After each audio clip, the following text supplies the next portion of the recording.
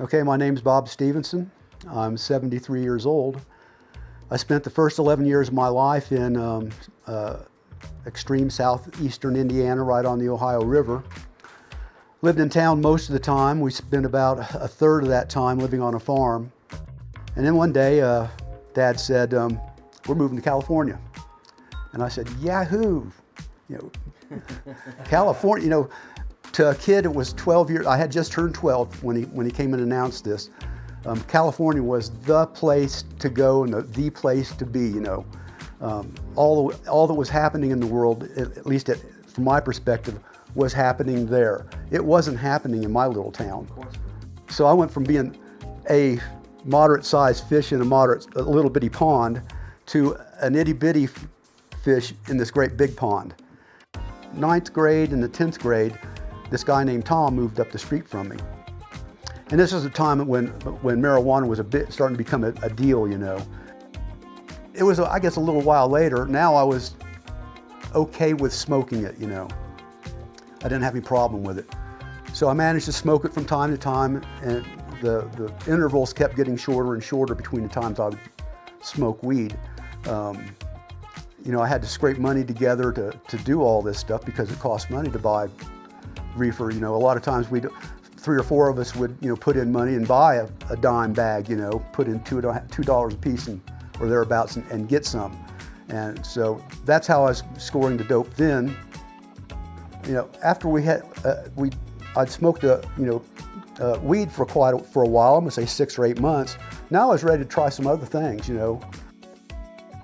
Going forward a little bit to the end of school, now I'm pretty much involved in the drug scene. I'm doing drugs all the time, pills, reefer, whatever I can get my hands on. I'm making really good money at this job because it really paid good. And I could afford to buy drugs. But what I discovered after about, the first year, maybe two, first year, that if this kept going, I wasn't going to make enough money to pay for all the drugs I wanted to use, And I was selling drugs out of my apartment. That's where I met Susie. Well, she met me. I don't remember meeting her because I'd had an LSD party there because I'd had scored some LSD.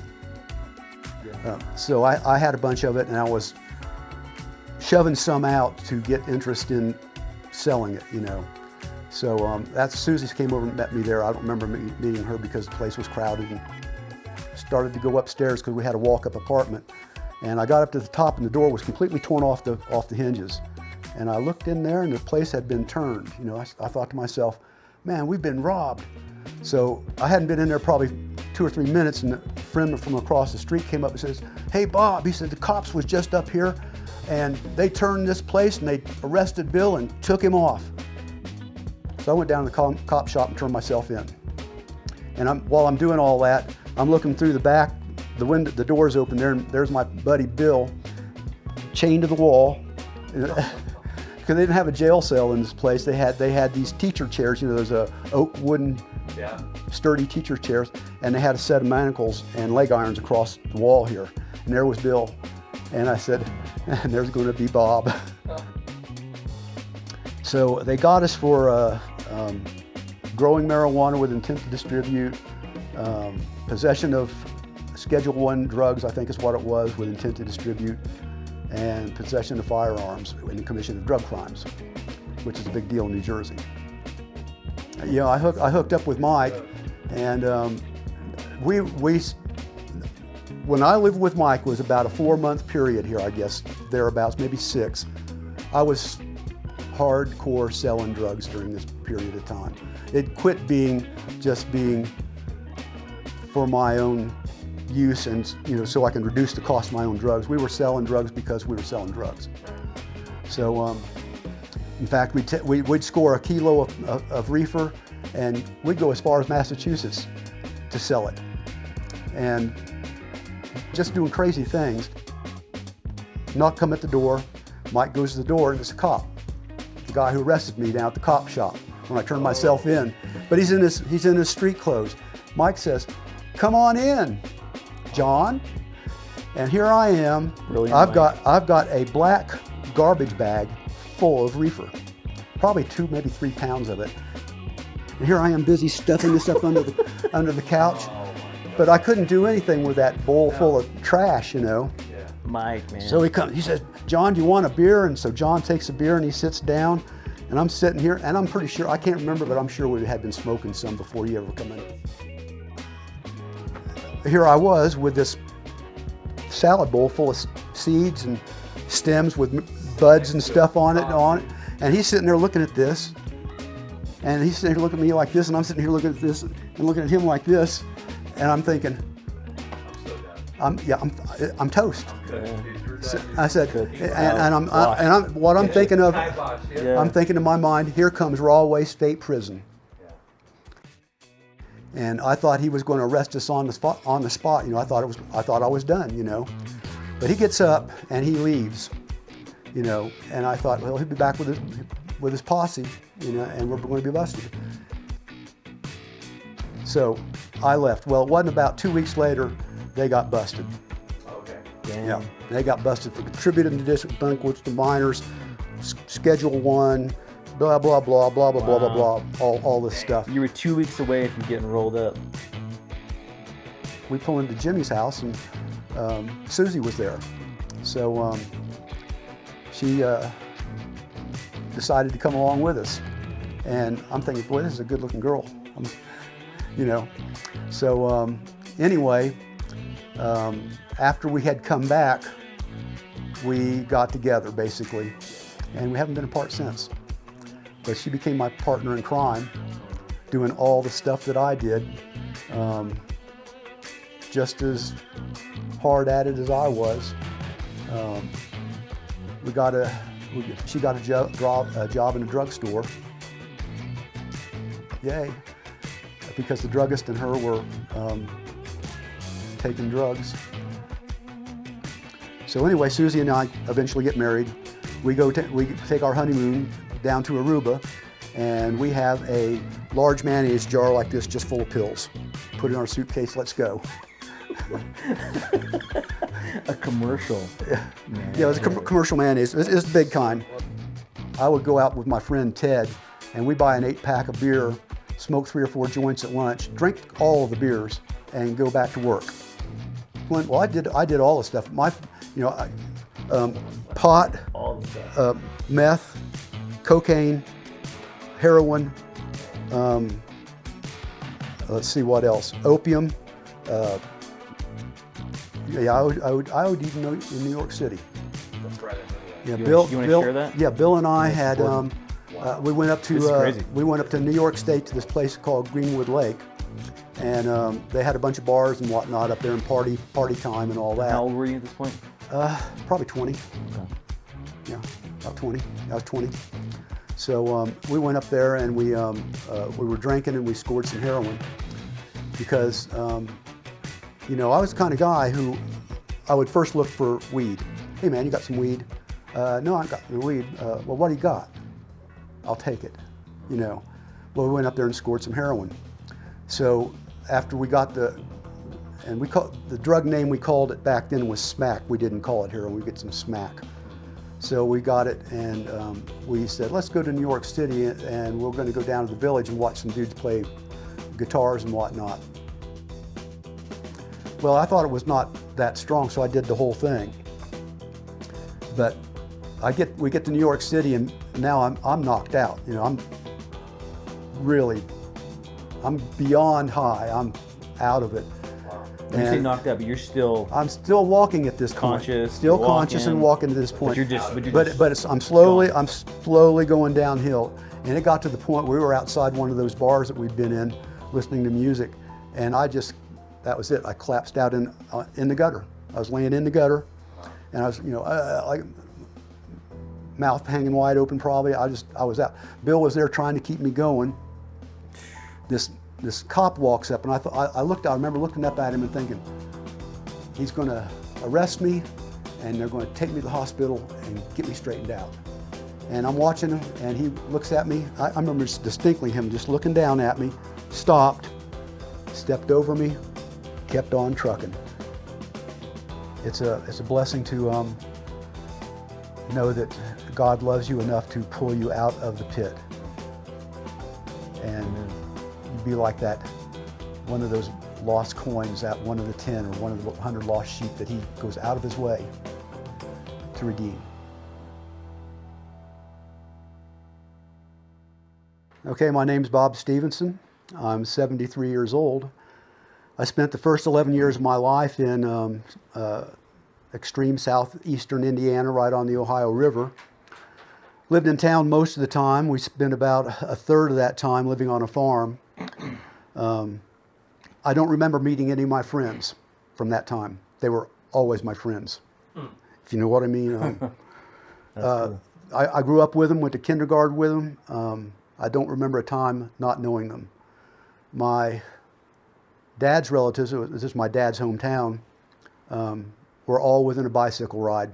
My dad's, my grandmother's sister, my grandmother, my grandfather, my grandfather's brothers and sisters, except 2 of them, were all within my bicycle. So I would almost say I had an idyllic life, sheltered, so to say. No problems, no troubles. Small town. Small town, a little small town right there on the Ohio River. Had all sorts of fun, played baseball and all that kind of stuff, lived on the farm, watched them grow tobacco there. It wasn't our farm, it was we leased the house, and the landlord owned a tobacco farm there. So we got to see how tobacco was raised, how it was processed and all that kind of stuff. And then one day, Dad said, we're moving to California. And I said, Yahoo!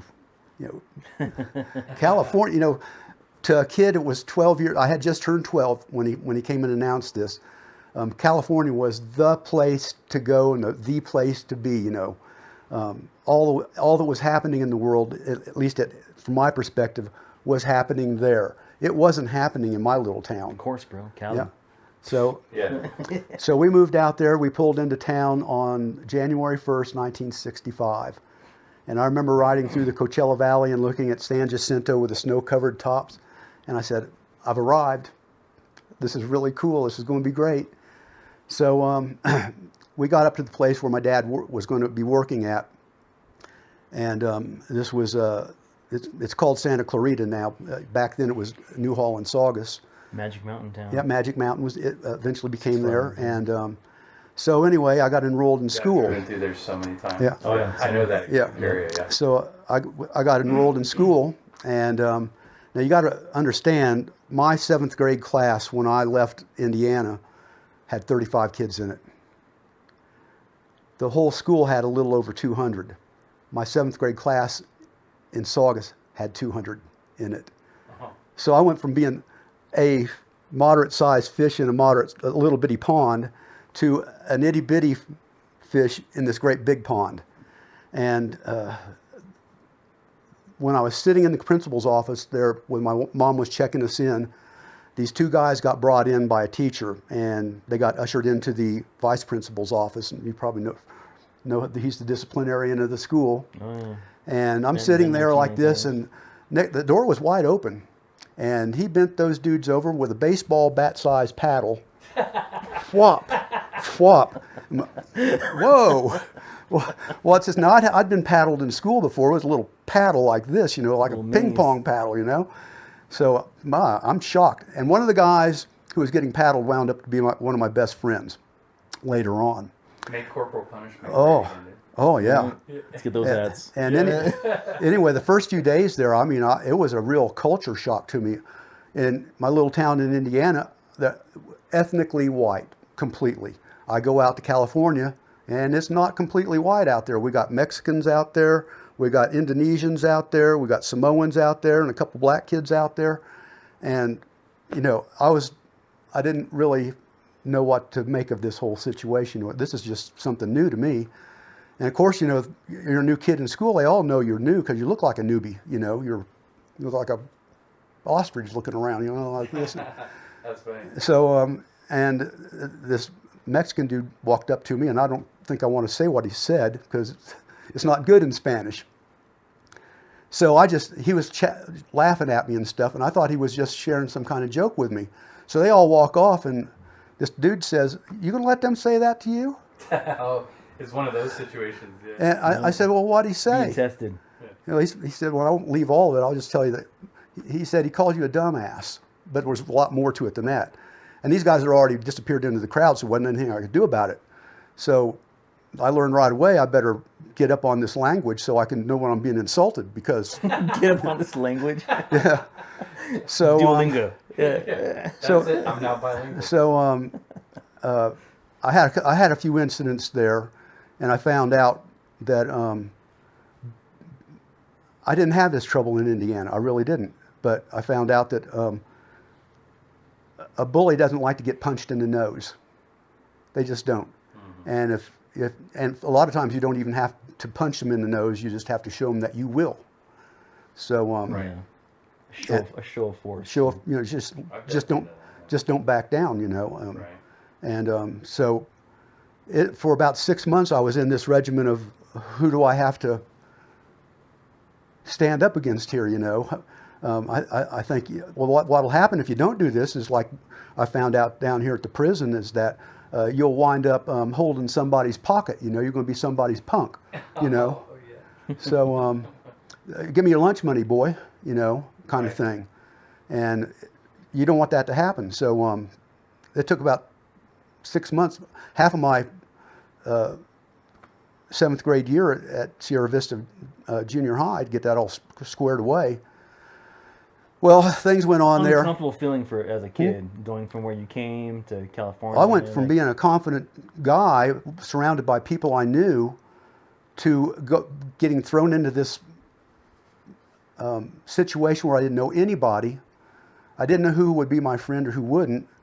I didn't know who I would have conflicts with or who I wouldn't. It was just a constant, looking over my shoulder for the first 6 weeks at least. Right. Got that straightened all out, and I finally, Got that straightened out. well, basically, I found out where I fit in the overall scheme of things within that 7th grade or even the 8th grade, because you had to worry about the upperclassmen too. I mean, they'd pick on you. So I found my little niche, got a few friends, and sailed on there until, with really no change, just going to school, being a good student. Then between the 9th grade and the 10th grade, this guy named Tom moved up the street from me. And this was a time when marijuana was starting to become a deal, And we'd seen this movie called Reefer Madness in school, where they show it, where they show these people just going completely flipping out and going absolutely Nuts. maniacal, But I knew people had smoked this stuff, and they looked perfectly normal to me. So That's funny.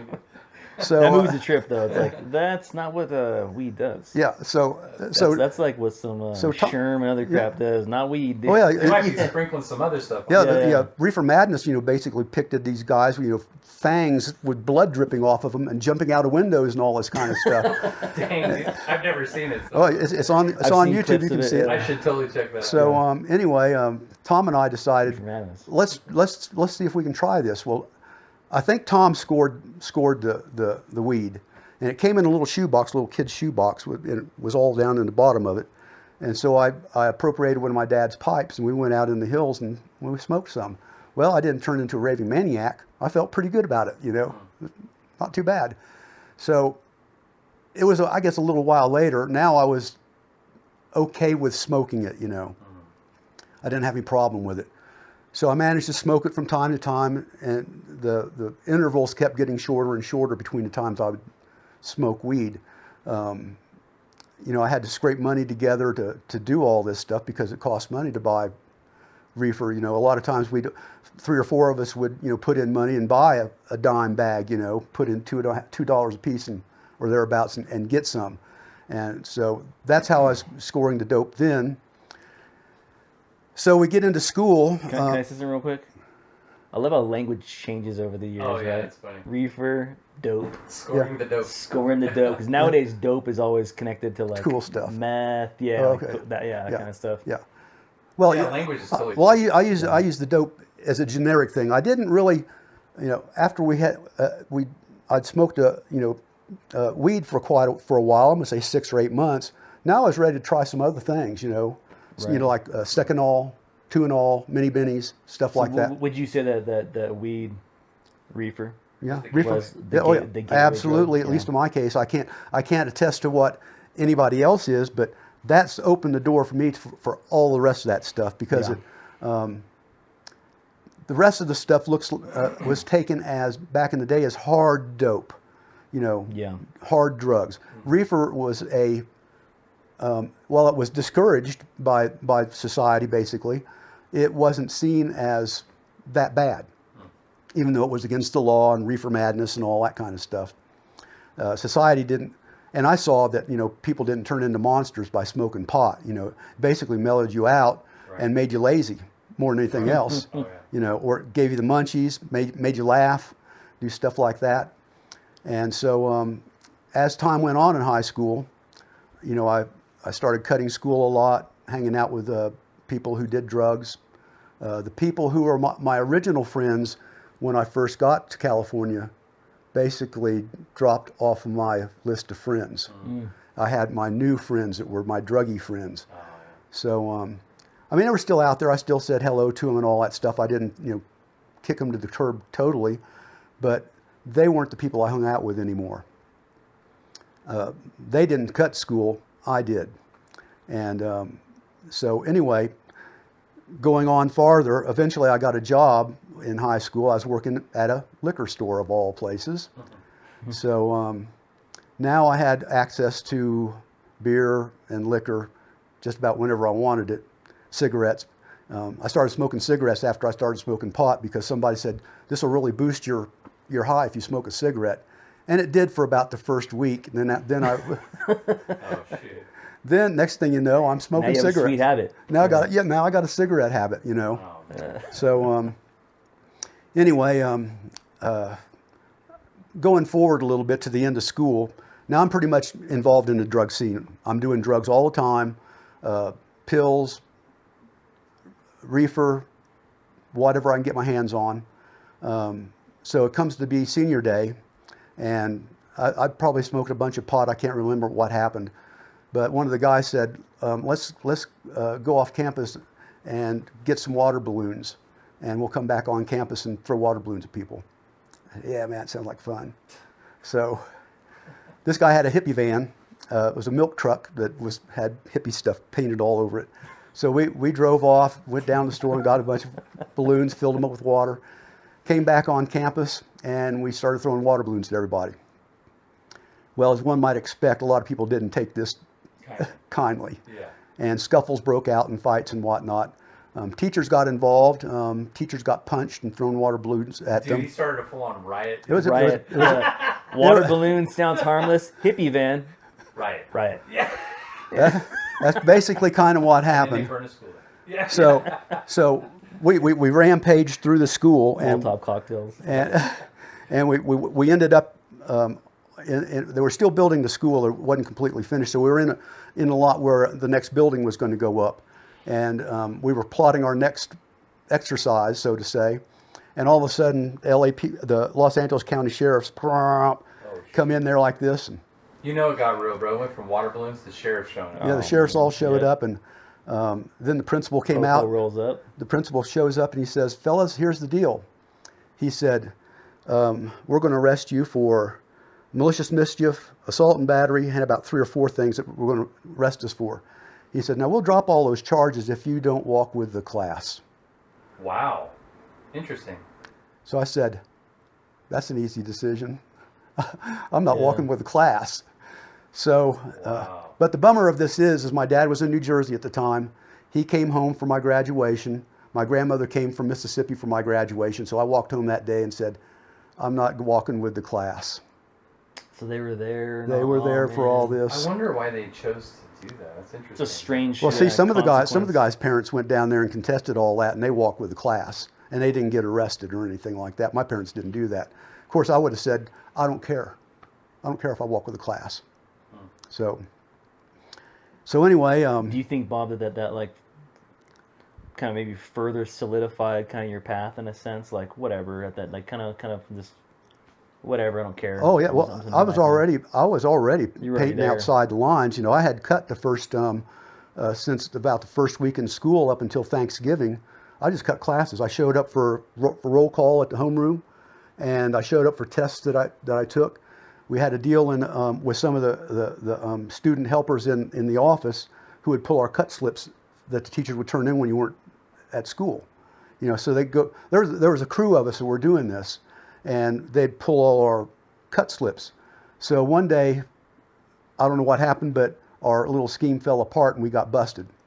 So we got called up to the office and they suspended us for 3 days, called our parents and all that stuff.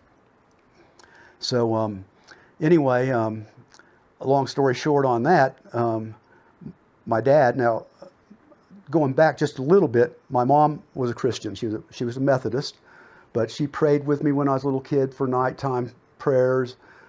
We said grace every day at dinner. When we had dinner, the family totally sat around the dinner table until we were all done, and then you could ask to be excused, and then we'd be dismissed from the table. So we're sitting there at dinner, and I'm just at the end of this is about a week after all this happened, and one by one, my brothers and sisters were excused from the table. I said, may I be excused? My dad said, no, son, you just stay right here. So they're all gone. Mom's gone. And it's just me and Dad. And he said, son, he says, I'm going to give you one more chance. And I'm thinking, okay, well, what's this going to be about, He said, you've got one more chance to straighten up and fly right, or you're going to be taken down to the Navy recruiter and you're going to get to see the world courtesy of the United States government. Wow. And I said, I laughed. I laughed at my dad. Now, my dad, if he wasn't anything, he was consistent. If he said, son, we're going to the baseball game today, we're going. We're going to go get ice cream today, we're going. You're going to get a spanking, you're going to get a spanking. So that was my dad. Absolute. The rules, he's got his rules and he's consistent. So I laughed and I said, well, you can't make me do that. I said, number one, I just turned 17. I said, I've got to sign all those papers. And I said, number two, I'm legally blind in my right eye. They won't take me. He looked at me and said, son, I've got that all straightened out and taken care of. Don't worry about it. And I thought... Called your bluff. I thought to myself, well, he could have been bluffing, but I wasn't going to call his bluff on that. I mean, Yeah. He had a consistent record of following up with what he said. So I'm not about to. I said, I'm going to straighten up. So I straightened up until the last day of school, or till senior day when I blew it again. But so anyway, that's my school life that's my life up to the end of school. And let me ask, Bob. So you mentioned the spiritual influence with your mom and praying and that kind of stuff. Like, what was your thought process in terms of your worldview about God during this time of the drug use as a kid? Were you like me? In my mind, I'm like, I know the truth. If I died, I'd go to hell. Like that was in my mind. Well, I think I thoughts? understood the concept of God, that he was out there someplace. But who was he? I knew about the little baby Jesus. I knew about Jesus on the cross at Easter. But there was no connection between any of this. You know what I mean? Just wasn't a connection. The Gideons did come by, I think it was in 5th grade, and gave us a little Bible, and I think the whole class learned to memorize the 23rd Psalm. This is even after Madeline Murray O'Hara, but schools really didn't follow that up real close, especially in Indiana up until probably the mid-'60s or so, I guess. They were still saying prayers in school when I left. This was like 1964.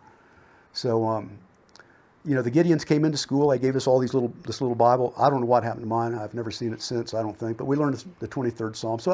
So I did have some scripture memorized, incorporated into my life. My mom, my dad squelched her belief, I think.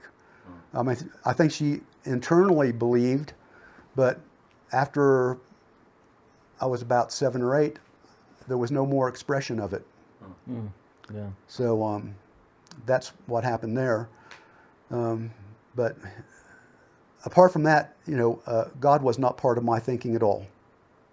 Just wasn't in there. I didn't give a thought about it. Christmas was about Christmas presents. Yeah, we sing Christmas songs, but I didn't connect the baby Jesus with the crucified Jesus at all. Wasn't.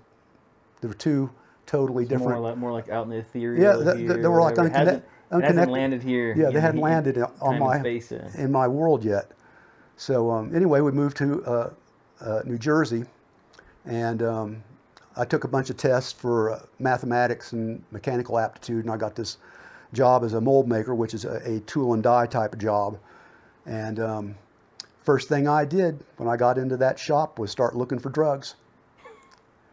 You know, where can I score at?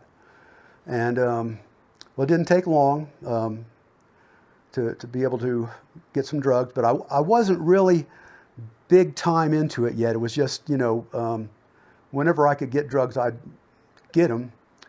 But my thing with drugs, though, is if I bought a bag of pot, I'd smoke it until it was done. It was no like, I'm going to wait for the weekend. I'm going to smoke a joint today and smoke some on the weekend.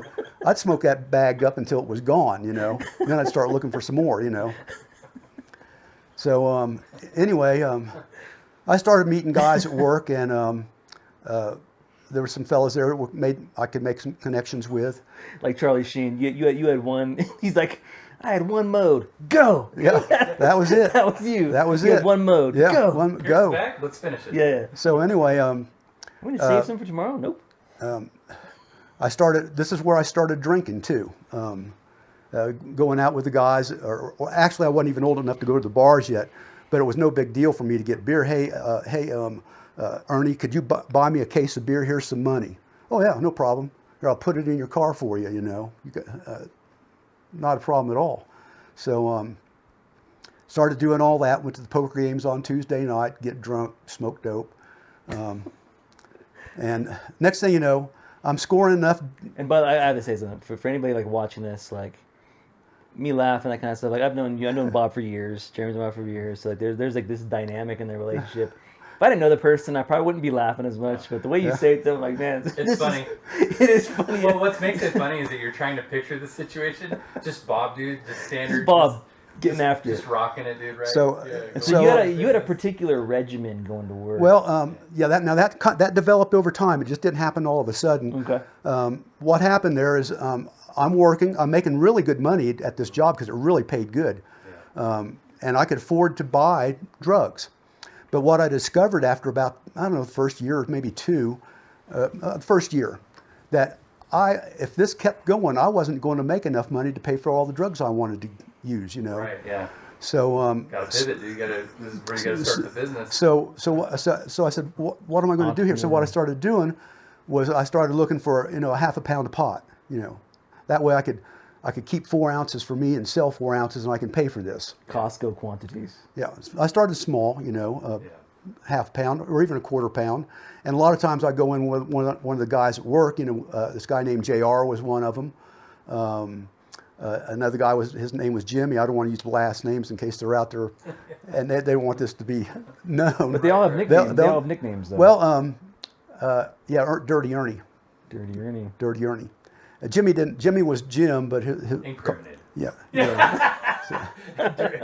Sorry, Dirty. I'm not going to tell Dirty Ernie's story on him here, but I think he's dead by now. But anyway, I've heard it. It's hilarious, but yeah. So anyway, long story short, that could be for another. I started selling drugs in the shop. You know, I basically got most of the shop high.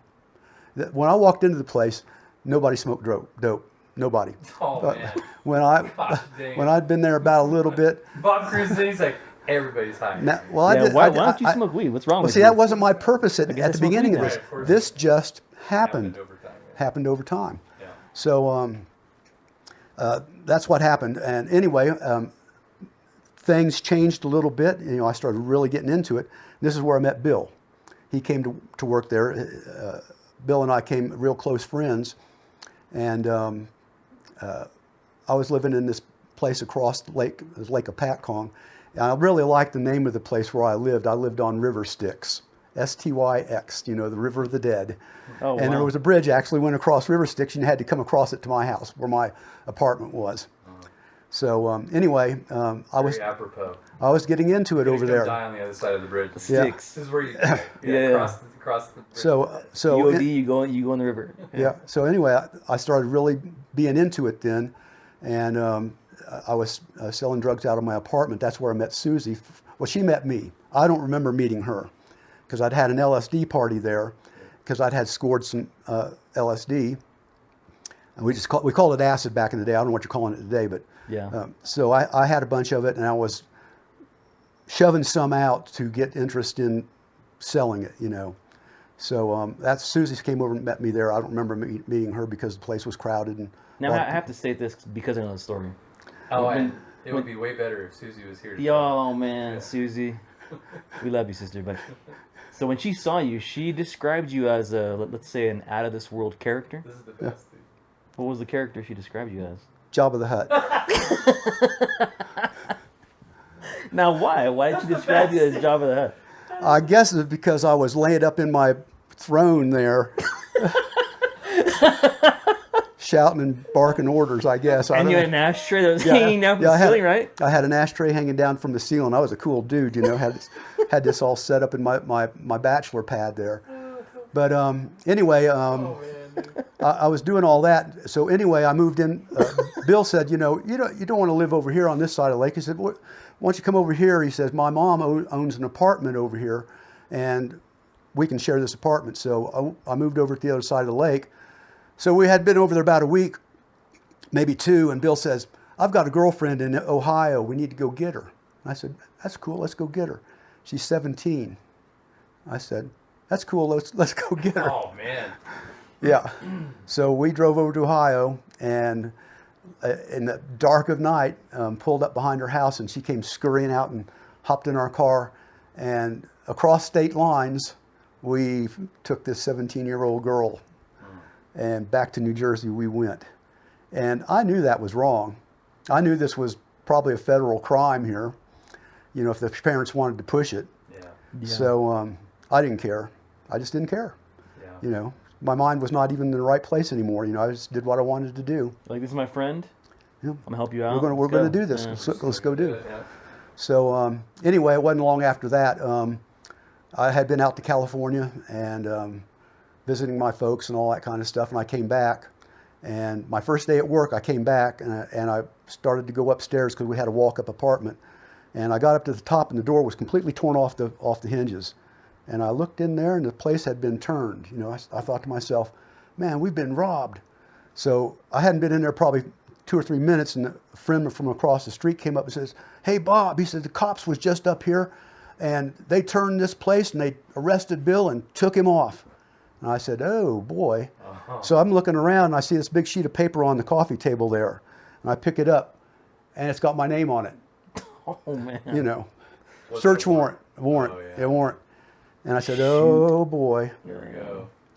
So I said, I just don't know what to do here. So I didn't know what to do. So I said, well, I've got nowhere to run. So I went down to the cop shop and turned myself in. And while I'm doing all that, I'm looking through the back, the window, the door's open there, and there's my buddy Bill, chained to the wall. Because they didn't have a jail cell in this place. They had these teacher chairs, those oak wooden, sturdy teacher chairs, and they had a set of manacles and leg irons across the wall here. And there was Bill. And I said, and there's going to be Bob. Oh, man. So that's what they did. They walked me in there and chained me to the wall.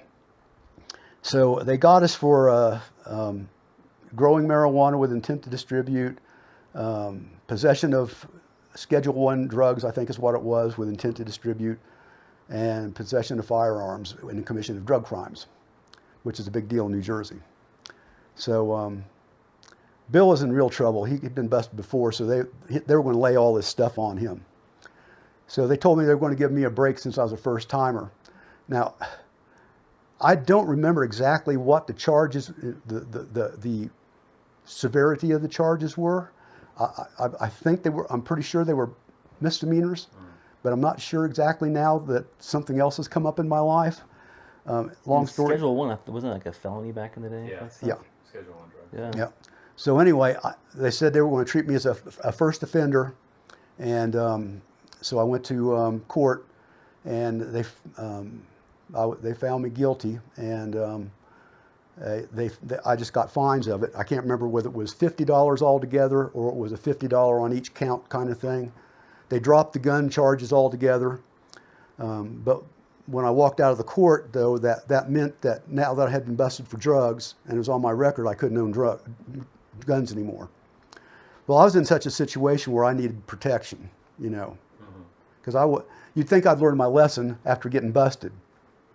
Nope, not a bit. So I said, what am I going to do here? So I discovered that you could own a black powder cap and ball pistol, and it was not black powder, Civil War type stuff. Civil War, and it was not considered to be a firearm in New Jersey. Wow. So I ran down to the gun shop and got me Pirate one. Bob, dude, rolling around with his black powder pistol, dude. Yeah, that's what I did. Well, it's not like that. Gun like always. He's like Pirates of the Caribbean. He goes, I one shot, dude. Yeah. This was a six-shot revolver, actually. It's a six-shot A Colt. 6-shot one. 6-shot. Oh, yeah, you showed me it. That's right. That And- is Has these little it's got a little rammer on it like this, things and that you you pull put it in around. there? Yeah, little caps on it. caps. Yeah, that's right. Yeah. So, Oh, it's a trip, bro. well, the thing Yeah. was is that one of the your concerns if you're moving any kind of drugs at all, and Bill and I weren't big time. We were just trying to pay for our expenditures, you know, habit. our habits. Yeah. You know, we were smoking our own supply, so to say, you know. Yeah. And but I didn't want to get ripped off, and what happens a lot of time when somebody gets ripped off, it's not pleasant. Yeah. You know, Yeah. you get beat up, knifed, shot, Right. stuff like this. And I said that's not happening to me, Yeah. because previously I had guns. You know, Right. so I said I'm going to get me a gun. So I went down and got the black powder pistol, got black powder. Got the balls, got the caps. I'm ready to go. So I went out and practiced with that. And believe me, you don't want to get shot with one of these. Yeah. It puts holes in you just like the real one. Oh yeah. So Because those balls they're lead. Huge. yeah, pure lead. Yeah. Yeah. Oh, Yeah. dude, Yeah. You get hit with one of those. So Shred so right now, through you. So now I'm set. You know, I'm carrying that dude Mexican style and ready to go. But Bill actually got off on that because he was. They held the trial over too long. What do they call that? There's I think it's the 8th Amendment, speedy trial, Yeah. and he got completely off. No way. Yep, Wow. way. Because they didn't hold it. fast Right. enough? Wow. That's a So trip. anyway, That's incredible. so anyway, God is still not in my life yet, not even close to being there yet. So anyway, Bill, Kathy, and Bill had a situation. And Bill flipped out completely, just lost his mind. And I said, I can't live here no more. So I said, I'm moving, Bill. You got it. So I left, and I got in with this other guy. His name's Mike. And we got an apartment above the pizzeria. And Mike was even worse than Bill in terms of craziness and Swept the house. Yeah. The demons left. You brought in 7 more more. came down. Yeah. so Oh man. so anyway. Mike. You know, I hooked up with Mike, and when I lived with Mike was about a 4-month period here, I guess, thereabouts, maybe 6. I was hardcore selling drugs during this period of time. It quit being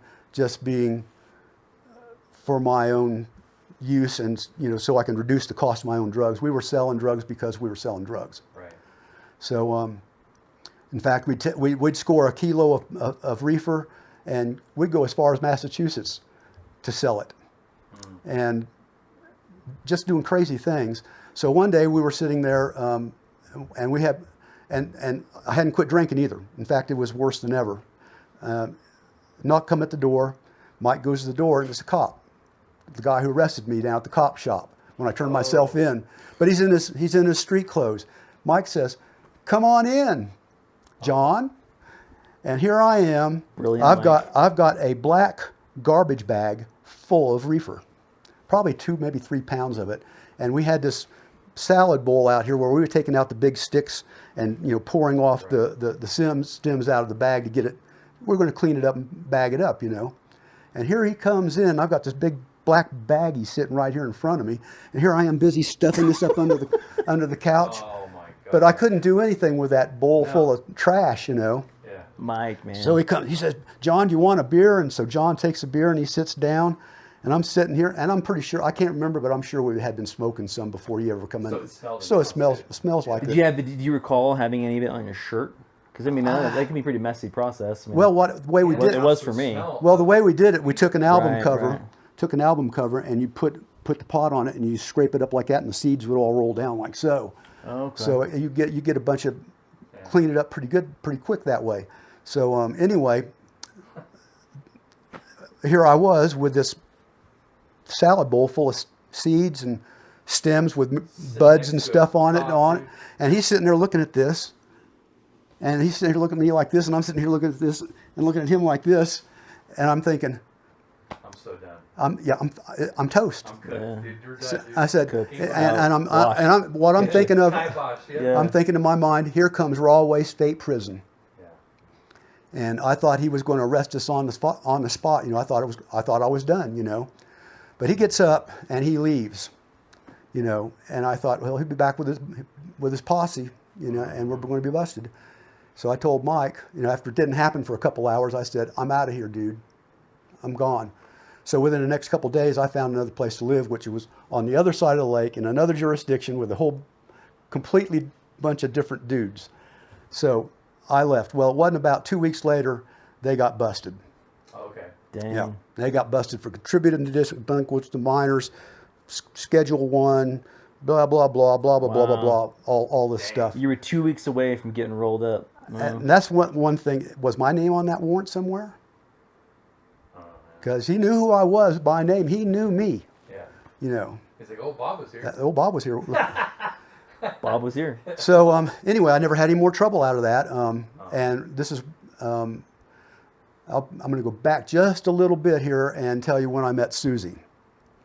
So Bill and I had scored a pound of hashish, big old chunk of it like this. And Susie and her then boyfriend John came over, and John was a lame though. John was.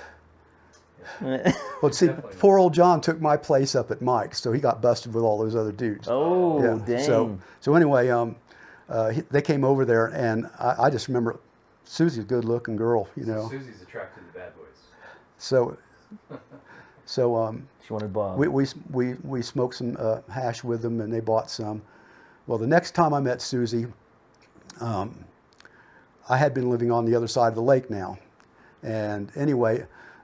Bill got himself back together, so I got back together with Bill, and And then you wrecked his life. no. We were driving around, and he said, "Let's go up to the Grand Prix up in New York, and we're going to stop by Jimmy's house because he just got back from Colorado." So let's do that. So we pull into Jimmy's house, and Susie was there. So she decided to come along with us, and I'm thinking, boy, this is a good-looking girl, you know. So anyway, after we had come back, we got together basically, and we haven't been apart since. But she became my partner in crime, doing all the stuff that I did, just as hard at it as I was. She got a job in a drugstore. Yay. Because the druggist and her were taking drugs, you know, Valiums, uppers, downers. Ludes. Back then it I was can't Ludes. remember whether we should. Quaaludes, Quaaludes. yeah. I can't remember where they were prescription back then, or were they? I believe so. I can't I don't know. remember. I know a lot of people were using. I never did use Quaaludes. I might have taken one once. You use mescaline though. Right? Yeah, mescaline. Well, I did all the stuff. Pot, All the stuff. meth, cocaine, heroin. Man. Let's see what else. Opium. Now, I'm just thinking of this here, story-wise. You OD'd prior to meeting. Oh, yeah. I OD'd in New York City. That's right, I remember that. Yeah, You wanna share that? Yeah, Bill and I That's had. important. Wow. We went up This is crazy. to. We went up to New York State to this place called Greenwood Lake, and they had a bunch of bars and whatnot up there and party time and all that. How old were you at this point? Probably 20. Okay. Yeah, about 20. I was 20. So we went up there and we were drinking and we scored some heroin because, you know, I was the kind of guy who I would first look for weed. Hey man, you got some weed? No, I ain't got no weed. Well, what do you got? I'll take it, you know. Well, we went up there and scored some heroin. So after we got and we called the drug name we called it back then was smack. We didn't call it heroin. We get some smack. So we got it, and we said, let's go to New York City, and we're going to go down to the Village and watch some dudes play guitars and whatnot. So on the way down there, now I never mainlined anything. It always went up my nose, whether it was cocaine or speed or Never shot up. never shot up. It always went up the nose. So on the way over there, And oftentimes folks who do drugs, they feel good about that, like, right? Like when you're in it, like, man, I don't do that. Yeah, I don't do that dirty stuff. Yeah, those guys are they're cool. going hard. They're done. well, you know, and it's kind of weird, you know, because you know I snorted the whole thing. I got a little. They called it a dime bag back then, and what you do to make sure you weren't going to get killed by it, you take some on your finger and go like this on your thumb, and just see if you could tell how strong this stuff was. Well, I thought it was not that strong, so I did the whole thing. But we get to New York City, and now I'm knocked out. You know, I'm beyond high. I'm out of it. Wow. When you say knocked out, but you're still I'm still walking at this point. conscious. Still you're conscious walking, and walking to this But point. you're just. I'm slowly going downhill, and it got to the point where we were outside one of those bars that we'd been in, listening to music, and that was it. I collapsed out in the gutter. I was laying in the gutter, and I was, you know, like mouth hanging wide open. Probably, I was out. Bill was there trying to keep me going. This cop walks up, and I remember looking up at him and thinking, he's going to arrest me, and they're going to take me to the hospital and get me straightened out. And I'm watching him, and he looks at me. I remember distinctly him just looking down at me, stopped, stepped over me, kept on trucking. And I thought, Dude. that's what I thought, dude. But Bill stayed with me, and Bill basically saved your life. Huh? basically, Cop's like, you're gonna die. yeah, Yeah. you're going to die. He's like, I'm gonna let you die. Yeah. Well, it was an epidemic too, right? In New York City with the crack So, and drugs and heroin. That's and how all far that. I was into that stuff, you know. Bill, I don't really remember anything after that. I just remember I made it. You know, I've got a life after that. Wow. So anyway, that's what happened there. Still, you know, no flashes of anything about God or anything. So anyway, Susie and I eventually get married. We take our honeymoon down to Aruba, and we have a large mayonnaise jar like this, just full of pills. Put it in our suitcase. Let's go. A commercial. Yeah, it was a commercial mayonnaise. It's the big kind. What kind of pills were in there? We had all sorts of stuff. Valiums were easy to get rid of, uppers and downers, and diet pills, you know, prescription diet pills and stuff like that. And we went down there with the idea of A lot of pills. we'll take these pills, but hopefully there'll be some people down there with some weed or hash that we can trade some stuff. So we did find some people with some hash, and we did a swap down there. But You had a saying about drugs and money. oh yeah, drugs. Well, drugs and money, right? Yeah, drugs and money. It's better to have drugs in times of no money than money in times of no drugs. Oh my gosh. Well, if you have drugs, you can make money. Right. But if you have money and there's no drugs, you're out of luck. So That is like such a man. Like when you think about talk about worldviews, right? Yeah. It's like that is such an insane perspective of reality when you really like think about it. I'd rather have drugs Yeah. than money. Like Because, it's one or the because other. in a sense, like what he's saying is money actually, or drugs are even a currency in and of itself. yeah, When Right. you have drugs and money. You have life. You're set because you have two forms of currency in it. yeah. Right. You can use if you have a pound of weed laying around that you're trying to sell it, for example, you're selling it and you get money for it. Or if somebody has some LSD, you can sell them a half a dozen joints Yeah. for a hit, It acts as or you just as a swap. currency. Yeah, it's a currency. Yeah. So So it'd be better to have no money and drugs than Yeah. to have no drugs and no money. So now Susie and I started out on our venture, and we moved to Georgia. My folks were moving. Did you make any good trades in Aruba? Yeah, we traded for some hash. That's right. Yeah. Yeah, you did. Did some hash. Plus, we did some of the pills that we had. So, anyway, You're in Georgia. so we moved to Georgia, and I went to work in this shop, and there was I think 8 guys in there, and so anyway, after about 4 months, I had made all the connections I wanted to make and get my drug supply going and all this stuff, and we hired this guy. His name was Tom. This is my encounter with God first time. Tom was Christian, and didn't take long for Tom to get a nickname, Reverend, because he was not shy about sharing the gospel.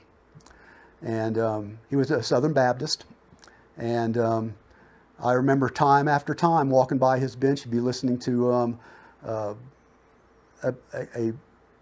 Bible talking guy, J. Vernon McGee or somebody like that. And he says, hey, Bobby, come over here and listen to this. This is important. So I come over there and listen to it. And I said, well, yeah, Tom, I got to go to the bathroom. That sounds cool. Let me go. So I went to the bathroom. Or I'd walk by another time. He says, he'd be having his Bible open on his break time. He says, come take a look at this. And he'd show me a Bible passage. Yeah, Tom, cool. And I'd go on back to work. And then it got to the point where Tom would invite me and Susie over to his house for dinner and play cards and stuff. But I didn't know it then, but his whole idea was witnessing to me. Yeah. So Tom was a faithful witness. Well, during this time, and I've told Greg this, I would go out with my friend Ted, and we buy an 8-pack of beer, smoke 3 or 4 joints at lunch, drink all of the beers, and go back to work. Jeez, dude. Yeah. And you're doing machining? Doing machining. Oh my gosh, man. Well, Times machining. have changed, right? Yeah. Well, the machine does all the work. All you have to do is know the numbers. I was just gonna say, but you gotta know tolerances and stuff. Right?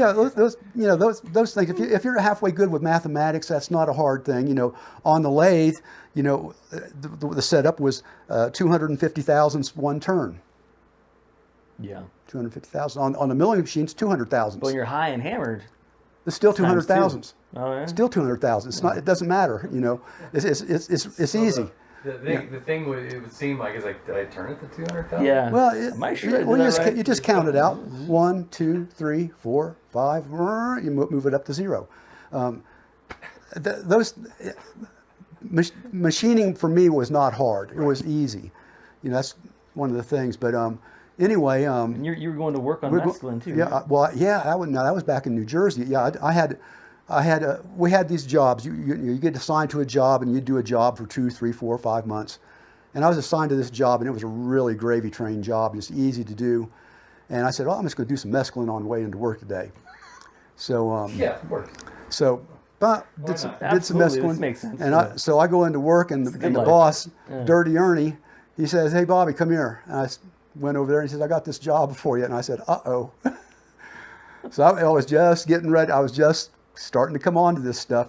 And this was an interesting job where you put this mold up in the vise, and you set the machine to cut a 5/1000 radius in an 8-inch space. So I had to set the machine up, which I did.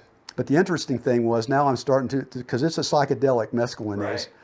So I'm running the part through the cutter, and it's throwing these chips off like this. And you know how you go like this with your arm like that, and you see about a dozen arms going out? Oh my goodness. So now all these chips are streaming out like Wild this, It's like, a rainbow of color, Oh. My hand got caught in the middle. So, yeah, but it's fine. my whole thing is, See those colors? Yeah. my whole thing is I have a nub now. my head is the whole thing is count, Robert, count, Robert, count. Because I got a number of turns I got to make it through this thing. Lift the cutter, move it back, drop it down, do it again, and I don't know how I got through it, but I did. Oh my God. So that I learned my lesson on that. I never did that again.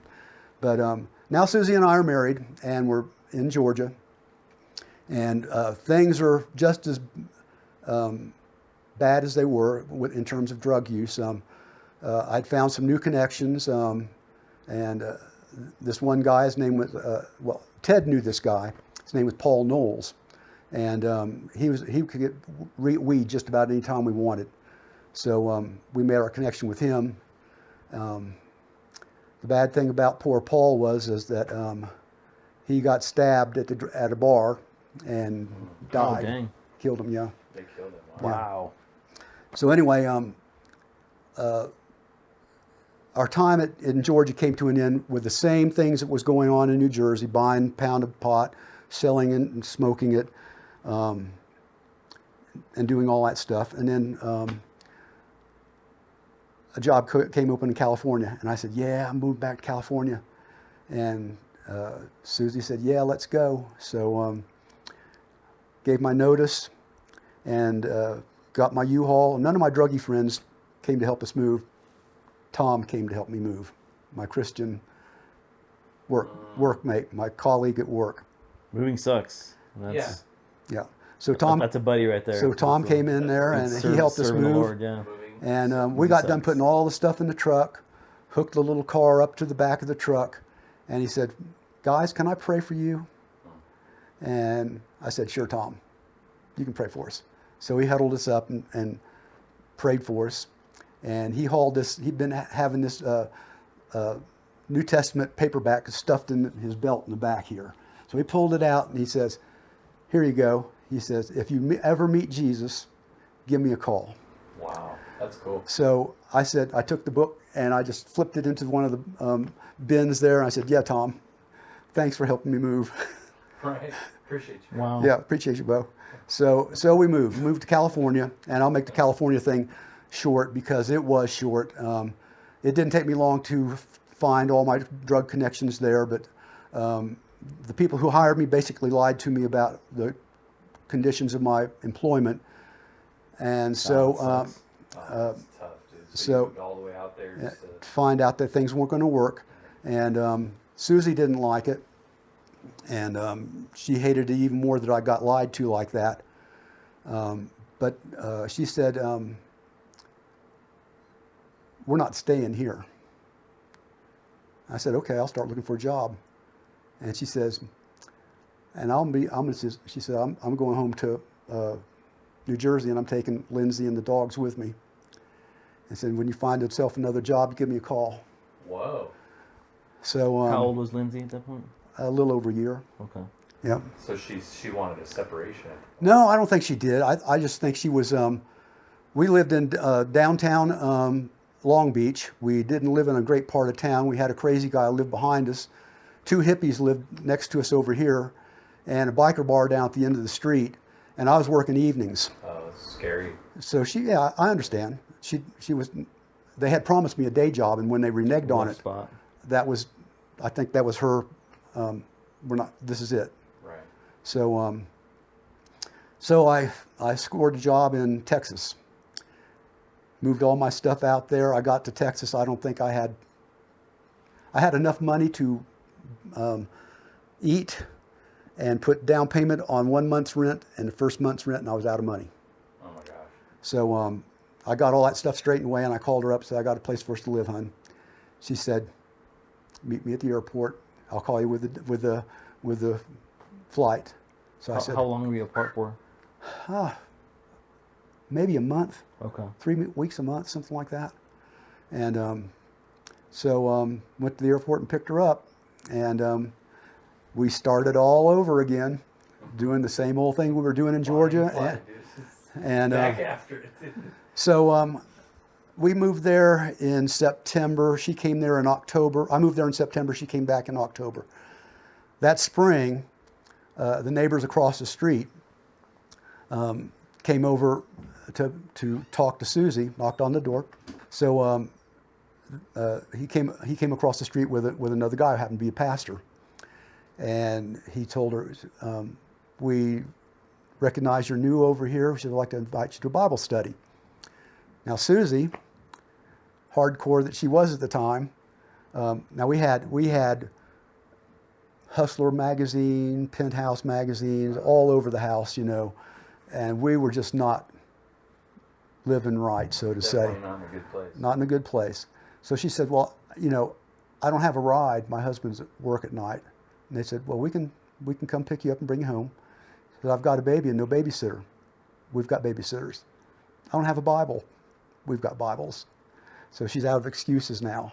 Right. She says, well, okay, I'll come. Now I'm working evening shift at the job. So I come home and she said, well, I got invited to a Bible study. I said, that's great, sweetheart. Yeah, good for you. Good. Yeah. So it went on there, and we really didn't discuss it. You know, she went to her Bible study, and I went to work. And well, this guy at work was getting ready to buy a house or build a house. So he said, how would you like to work day shift, and I'll work evening shift? I'd like to be on the job site during the day so I can watch these guys build my house. I said, sure, that sounds good. So I went on day shift. I didn't realize the providential aspect of this whole thing at the time. Yeah. So now I'm in position to go to the Bible study, only I didn't look at it like that at that time. So Wednesday rolls around, and Susie says, would you like to go to the Bible study with me? And I said, yeah, let me roll up a couple joints. Yeah, this would be perfect. This would be perfect. And I'll find that Bible that Tom gave me. That's funny. So I rolled up a couple joints, smoked them. We went off to the Bible study. And they were studying the book of John. So now Susie had been in it from the start, from John 1:1. And so I come in here at John 4, it's the woman at the well. And we're reading through this, and we're going by verse. And this is Jeff, who is leading the Bible study, was really picking the verses apart. And kind of like what I experienced when I first went to Emmaus, when I started learning out presuppositional apologetics. It was just really going in depth on this thing. And I'm looking at this thing, and the verses that got me is she says, the Messiah is going to come, and this is all going to straighten all this out. And Jesus says to her, I'm he of whom you speak. And I said, what? What is this? So we went through the rest of the thing, and I went home with Susie, and I said, you know, the next time I go to this Bible study, I'm not going to smoke any pot, so I can understand what's going on here. She's like, I'm having a hard time. Like, Yeah, I mean, but the thing hit me like a ton of bricks, you know, because he explained the whole thing to us, like the Samaritans were like the blacks in the South during 1840s. You know, you just didn't have any dealings with them. The Jews Right. didn't have any dealings with the Samaritans, much less a woman Samaritan Right. by a righteous Jew. yeah. You know, and In the middle of the day. in the middle of the day, because she came up there all by herself. You know, and he explained how all the women came up there early in the morning to get their water. She was up there on herself because she was an outcast. I kind of got a broad look of what this was all about. This was a very unusual situation that Jesus was in here with this woman. Yeah. And you know, so I said, I got to understand what's going on here. I got to get going with this story. What's going on here? So I continued to go to this Bible study, and we got to chapter 10, the Good Shepherd, and it was there. You know, the sheep know my name; they hear my voice, and they're in the sheepfold over here, and we've got wolves, bad guys trying to come over the wall like this. And then it was that moment I realized who I was. I was a wolf, a bad guy, trying to come over the wall to get into the sheepfold when I could come in through the door. Man. So between then and about 2 or 3 weeks later, I was really wrestling with this situation. And I finally just gave up and said, Lord, I know who I am, and I know what I need. Save me, Lord. Mm-hmm. And but it was a complication, and that was Susie. I didn't realize that she was going through the same situation I was, and I felt certain that if I had told her I had become a Christian, that it was going to be kick me out the door. That you would now be the lame. I had gone too far, you know. So Which it's is like, really common, like especially with couples where one comes to the faith and the other one is still an unbeliever, where you know it could be concerning because if you know you have one trajectory of life and now you come to the faith, well, see, the other person's going to be like, you're out. Well, this whole time It's very common, actually. during the study, we weren't talking to each other about this at all Right. because we were struggling internally by ourselves. It's understandable why you'd be concerned. So I thought I was going to get kicked to the curb. Right. I didn't know that she had the same feeling going on because she had done the same thing that I She's had. probably terrified too. Like, That she was going to get kicked to the curb. Well, this dear brother named Don Zachary came over because he knew what was going on, because he knew both sides of the story, because him and his wife were both involved with both of us. It wasn't just the Bible study, I'm going to say this, but it was a church-wide thing. There were several people that became involved with us during this Bible study.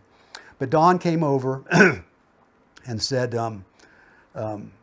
Robert, he called me Robert. He said, Robert, don't you have something to tell your A wife? Christian name. Yeah. Don't you have something to tell your wife? And I'm starting to choke up. He said, go ahead. And I said, honey, I became a Christian the other day. And she smiled and hugged me. Said, so did I. wow. Praise God, man.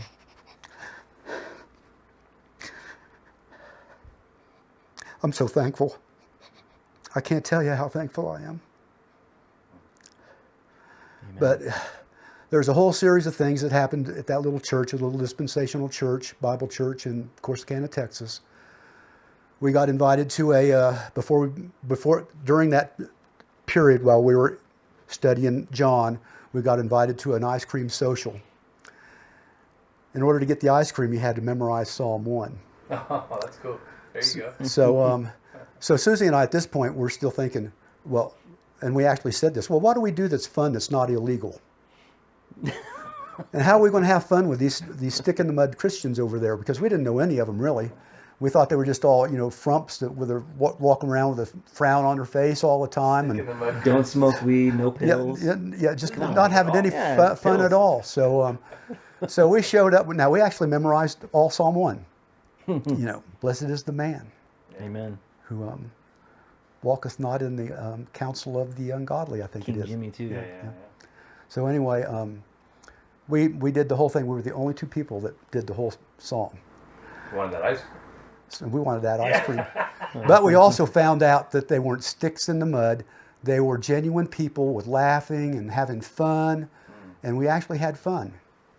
I think that was part of because we didn't know what Christians were all about. We didn't know a community of believers, how they fellowship with one another, a koinonia, which is a word one of the first words I learned walking in the door at the church. So anyway, we became Christians, and we're saved, and we're all happy and stuff like that. And I'm walking into church, and here I am. I've got blue jeans on, what they call cavalry boots. They're big square-toed shoes with a little buckle on the sides and straps and all that kind of stuff. I've got my cowboy shirt on, brass buckle thing going on here, long hair.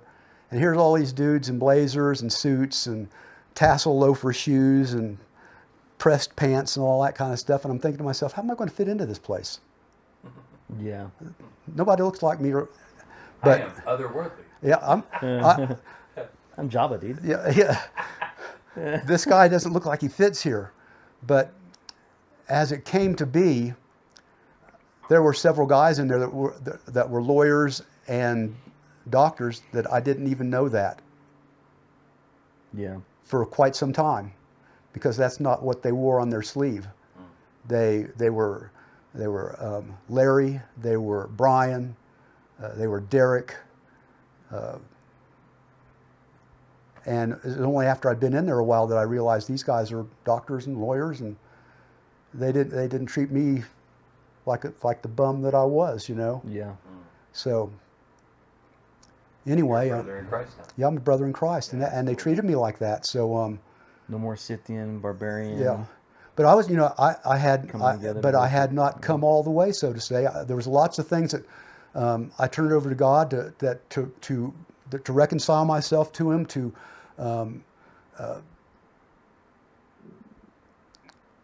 get right with Him, start justification or not sanctification.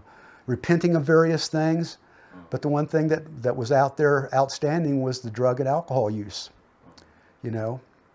And that was a problem. And I didn't realize how big a problem it was. It just was a problem because we really didn't slack off of that. I was able to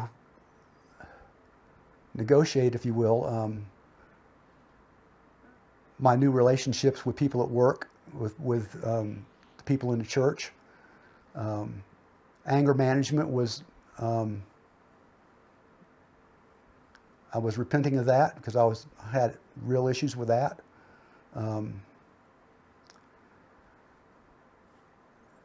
I think we had some issues. I had some issues with understanding the sovereignty of God there in the beginning. How does that work? You know, because I think linearly. And I got into a Bible study with a brother named Roy, and we went through the book of Romans, and I realized that, you know, God made vessels for destruction and some for glory. And it was up to him because he's the potter.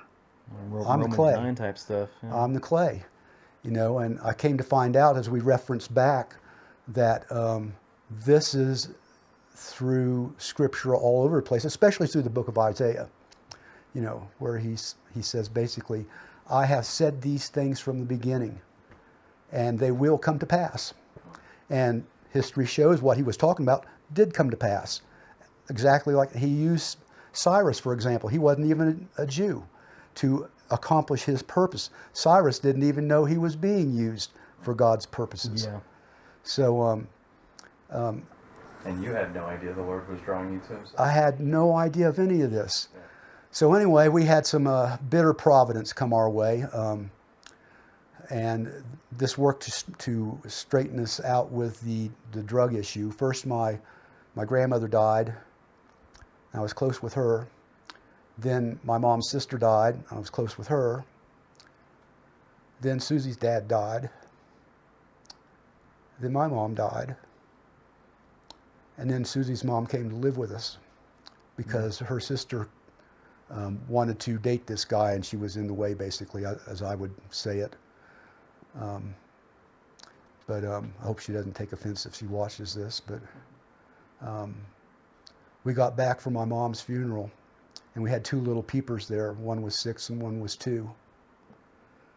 And we looked at each other and we said, what are we doing?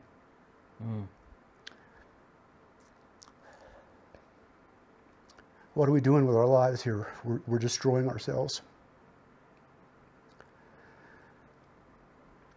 So we got down on our knees and we said, Lord, please remove this curse from us because we can't do it.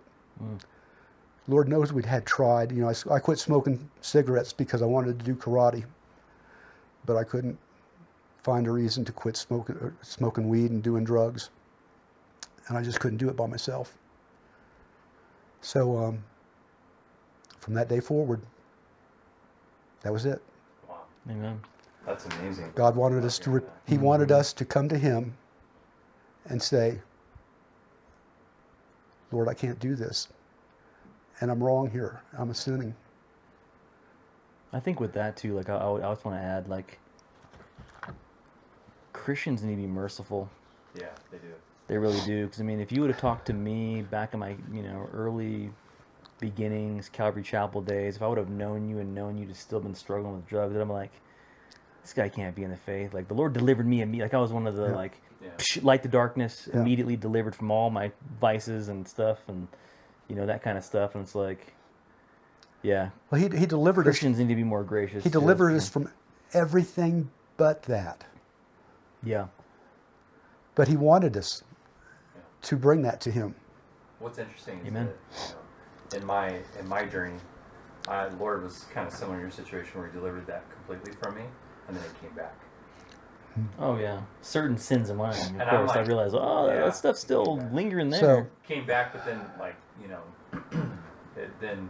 it took that second trip around where the Lord was like, you know the right thing here. Like, you know what the right thing is, and you know the way. Been completely, So free of it, for sure. so we haven't done drugs since.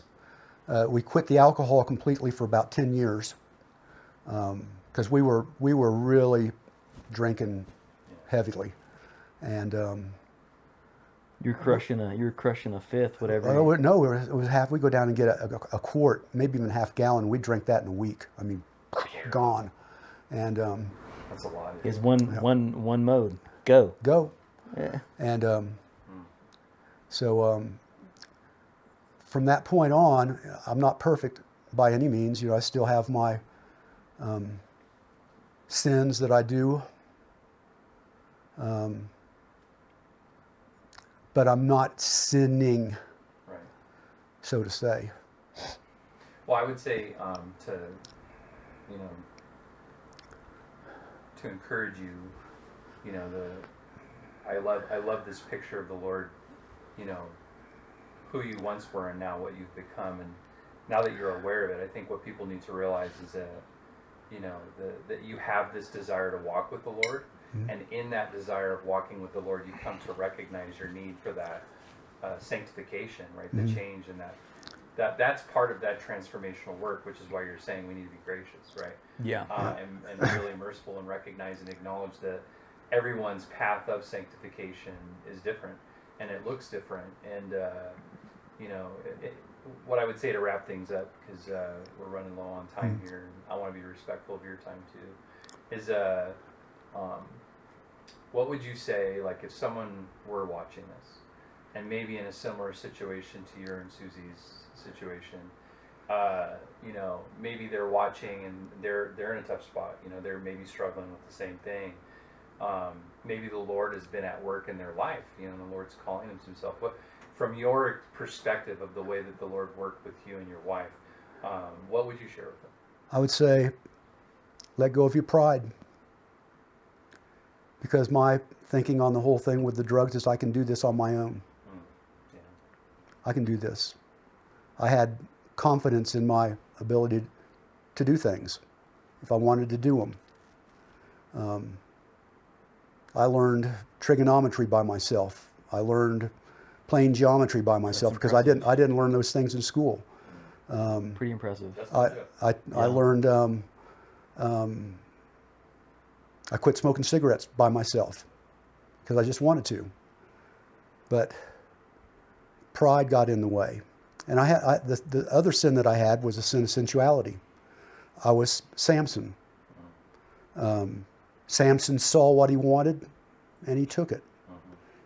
Samson took the honey, even though it was not for him to take. He looked over there and saw the Philistine woman, said, "Pops, go get her." And they said, "Can't you find somebody within your own tribe here?" Right. No, I want that one. I want that one. I want the forbidden. I want what? Yeah. I want what I can't have. I want what I want. Yeah. And that was me. And I realized that when I was called on to teach Samson in a Sunday school. I just saw myself right there. And but my thing is, my advice would be, pride cometh before the fall. Pride is at the root of every sin.